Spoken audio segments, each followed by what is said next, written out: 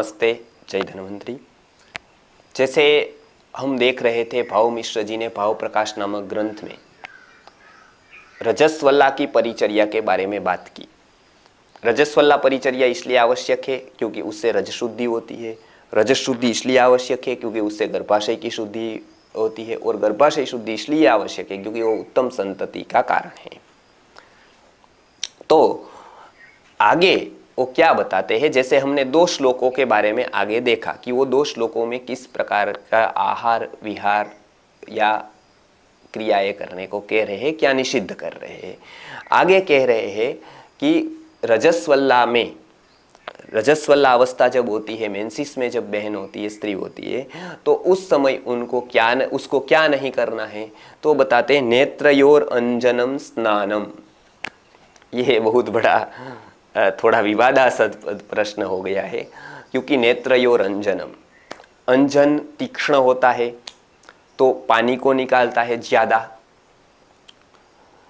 तो वो निकाला और तीक्ष्णता महसूस होती है, जलन होती है, और पित्त ऐसे ही बड़ा होता है शरीर में। उसका कारण है कि रजस्राव हो रहा है, और ये जलन हमको लगता है आंखों में होती है केवल, तो ये अर्ध सत्य है। केवल आंखों में नहीं होती है, पूरा शरीर उससे प्रभावित होता है, क्योंकि हर एक अंग उपांग जुड़े हुए हैं शरीर के। ये खंड खंड शरीर नहीं है, शरीर एक अखंड वस्तु है। एक अवयव में कुछ भी हुआ, उसका असर दूसरे अवयव पर होता ही है।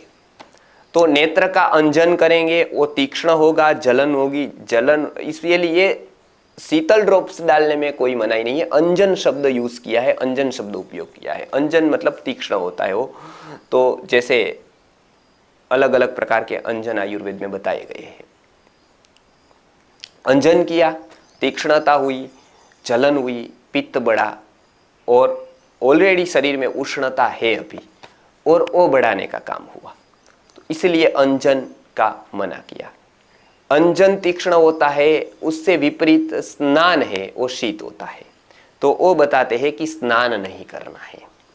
मैंने पहले ही बताया कि जो रजस्राव को, रक्त परिभ्रमण को शांत कर दे या उत्तेजित करे, ये दोनों बातें छोड़ देनी है। तो यहां पर स्नान करने का भी मना किया। अब ये विवाद है कि अभी हाइजेनिक लोग मानते हैं, तो उसमें वो लोग कहते हैं कि स्नान करो, स्नान करो। आयुर्वेद के भी बहुत वैद्य स्नान करने का बताते, ये जाने बिना कि आयुर्वेद के ग्रंथों में उसका क्या विवरण किया गया है। वो मूल ग्रंथ का अभ्यास नहीं करते हैं, उनको मूल कंसेप्ट पता नहीं होता है, क्योंकि परीक्षाओं में भी ये ऑप्शन में छोड़ दिया जाता है। पूरे भाव प्रकाश संहिता का जो ये चर्या का परिक्रम है, रजस्वला का संस्कृत का ज्ञान नहीं है, तो वो ऑप्शन में निकाल देते हैं। गर्भ विज्ञान ऑप्शन में निकाल देते हैं। तो आयुर्वेद की ये स्थिति है आज, जो वैद्यों का अभाव, प्रामाणिक वैद्यों का। तो ये केवल दवाई बताते हैं, लेकिन ये परिचर्या के बारे में सूक्ष्म ज्ञान उसको नहीं होता है, नहीं हो सकता है। तो ये बात थी कि स्नान का मना किया, वो बहुत सोच समझ कर किया है, और विपरीत स्नान के कोई भी पथी ने, कोई भी विज्ञान ने इतने गुण नहीं बताए हैं। एलोपैथ भी स्नान का वर्णन कर रहा है, लेकिन वो हाइजेनिक होता है, स्वच्छता होती है, इतना ही मान रहा है। आयुर्वेद में स्नान के 10 गुण बताए हैं। स्नान की इफेक्ट आपके मन पर कैसी होगी, आपकी चयापचय की क्रिया पर कैसी होगी, मेटाबॉलिज्म पर कैसी होगी, ये सभी बातों का विवरण आयुर्वेद के ग्रंथों में किया गया है। तो स्नान को जो सबसे ज्यादा जानता है कोई साइंस, तो आयुर्वेद सबसे ज्यादा स्नान को जानता है। और इतना जानने के बावजूद भी वो बताते हैं आयुर्वेद के ग्रंथकार कि स्नान को इतने जानने के, इतने गुण होने के बावजूद, इतना जानने के बावजूद, जो साइंस ऐसा कह रहा है कि स्नान के बिना भोजन ही नहीं करना चाहिए, कभी भी कोई स्थान से आए अशुद्ध स्थान से, तो पहले स्नान कर लेना चाहिए। स्नान के आधारित सब क्रिया बताने वाला विज्ञान यहां पर महिलाओं को स्नान करने के लिए मना कर रहा है ऋतुस्राव में। जबकि हमको लगता है, जब सामान्य तर्क से तो यह लगता है कि उसको वहां पर स्नान की सबसे ज्यादा आवश्यकता है। ऐसा क्यों है?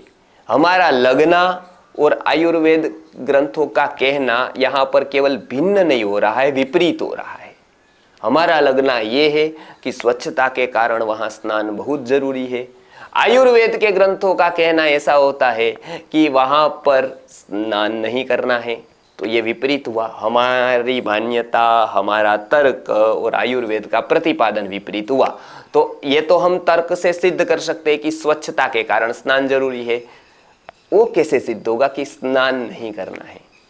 तो ये एक सामान्य तर्क है, विशेष तर्क है उसके। ये तो भाव मिश्र जी को पता ही था कि अस्वच्छता स्वच्छता क्या होती है, लेकिन वो कुछ और बात कर रहे हैं यहाँ पर, जो इससे कुछ बड़ा विज्ञान, बड़े विज्ञान की ओर इंगित कर रहे हैं। बड़ा विज्ञान यहाँ पर कह रहे हैं, बता रहे हैं।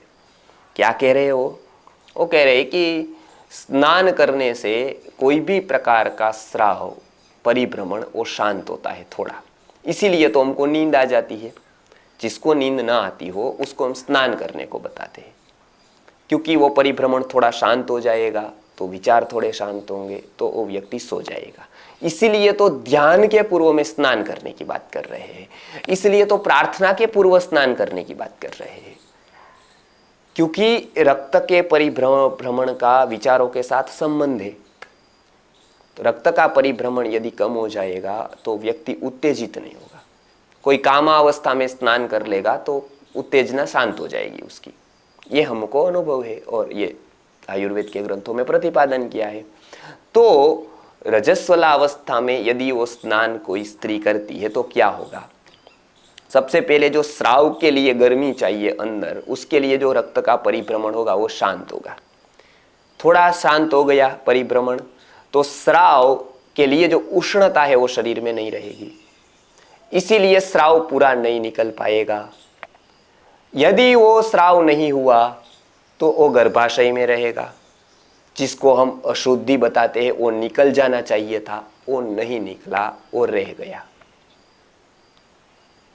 वो रह गया तो वो अब 1 महीने तक रह गया, क्योंकि उपाय नहीं है। आप उसको कोई औषध लेकर, जैसे मल को निकाल सकते हो, मूत्र को निकाल सकते हो, मूत्र विरेचक चूर्ण या मल विरेचक चूर्ण, जो बहुत प्रकार के औषधि आते, ऐसे आर्तव स्राव कभी भी नहीं हो सकता है कि आज दवाई ली कल हो गया। नहीं ऐसा कर सकते हैं, नहीं करना चाहिए।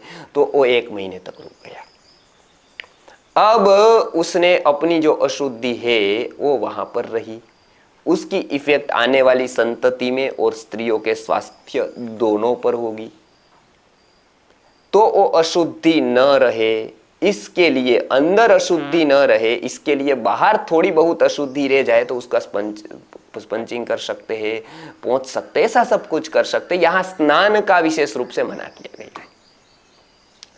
तो हम जो अशुद्धि जो जानते हो बाहर की होती है, और भाव प्रकाश ग्रंथ में जो बताई गई, आयुर्वेद के विभिन्न ग्रंथों में वो आंतरिक अशुद्धि की बात कर रहे हैं। स्नान से बाहर स्वच्छता होगी, अंदर अशुद्धि हो जाएगी। इसलिए यहां पर बताया कि नेत्रयोर अंजनम स्नानम, स्नान का मना किया गया। फिर बताया गया दिवा स्वापम प्रधावनम, दिन को सोना नहीं है, क्योंकि दिन को सोने से कफ बढ़ता है, मंदता आती है, जड़ता आती है, शरीर मंद और जड़ रहा, क्रियाशील नहीं हो पाएगा, तो आर्तव स्राव थोड़ा रुक जाएगा, क्योंकि जड़ता है, मंदता है शरीर पे, और इसके कारण भी स्राव को रुकना होगा। अच्छा, दूसरी बात, दिवा स्वाप करेंगे, रात्रि को नींद नहीं आएगी।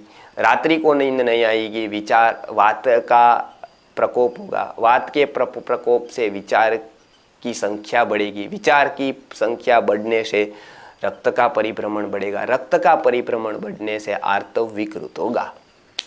तो ये पूरी साइकिल, पूरा चक्र आर्तव की साइकिल को डिस्टर्ब करेगा। इसीलिए बताया गया कि दिवा स्वाप नहीं करना है। मंदता, जड़ता उससे आएगी, थोड़ा सो सकते हैं, आराम कर सकते हैं, लेकिन सोते नहीं रहना है। सोना एक बात होती है थोड़ी देर के लिए, लेकिन सोते रहना वो बात अलग होती है। तो दिवा स्वाप का 2-3 घंटे का आराम नहीं करना है, सोना नहीं है, थोड़ा सोना है, वाम कुक्षी करनी है भोजन के बाद आधे घंटे तक। और आगे बताते हैं प्रधावनम, दौड़ना नहीं है, दौड़ नहीं लगानी है, अर्थात केवल दौड़ने की यहाँ बात नहीं कर रहे हैं, भाग दौड़ की बात कर रहे हैं। भाग दौड़ करने से हमारे जो शरीर का परिभ्रमण है वो ऊंचा रहेगा। आप देखेंगे बीपी हाई रहेगा, भाग दौड़ करते हैं तो मन व्यग्र रहेगा और ये सारी परिस्थितियों का असर मेंसिस पर पड़ेगा। आज प्रायः जो मेंसिस की तकलीफें हो रही है, ये सबसे ज्यादा जो कोई बड़ा कारण है उसका, तो वो है भागदौड़। तो लीगली गवर्नमेंट को ये 3 दिनों में बहनों को छुट्टी देनी चाहिए। पहले चाणक्य की राज व्यवस्था में इन दिनों बहनों के कुछ विशेष आचार पालने के लिए उसकी बताया है कि महिलाओं को विशेष सुविधा देनी चाहिए। जबकि महिलाएं वहाँ पर कार्य नहीं करती थी उस समय, कुछ पदों पर गृह उद्योग ऐसा करती थी, उस समय पर भी ऐसे कार्यों के लिए उसको अलग आराम की आवश्यकता होने पर वो दी जाती थी, वो व्यवस्था दी जाती थी। तो ये बताया गया कि भाग दौड़ नहीं करनी है, प्रधावनम। ऐसे भौतिक रूप से तो दौड़ना नहीं है, उससे तो बहुत हमको अच्छी तरह से पता है कि उससे बढ़ता है परिभ्रमण और तकलीफ होती है उससे दौड़ने से, तो ये तो दौड़ना ही नहीं है। लेकिन भाग दौड़ नहीं करनी है, ये भी यहाँ पर इंगित करना है, ये भी यहाँ पर बताया गया है। और भी बहुत कुछ बातें बताई गई है, तो वो हम आगे के श्लोक में लेंगे कि उस समय क्या क्या करना है रजस्वला परिचर्या में। नमस्कार, जय धन्वंतरि।